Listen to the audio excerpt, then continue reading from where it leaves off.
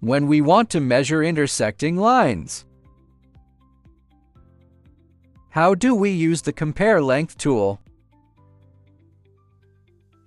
For example, suppose we need to measure the armhole arc now. In general, we click directly on the line.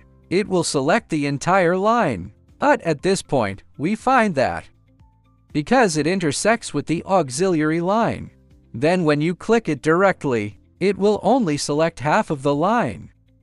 What should we do in this case? We can continue to directly click to select the remaining part of the line. After all parts turn green, click Record. The second method is to directly use the Compare Length tool to select the line you want to measure, provided that you did not split it when drawing it. That is the second method. The third method is to start from its starting point, along the direction of the line.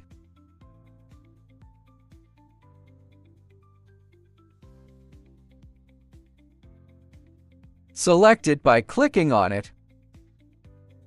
Click Record.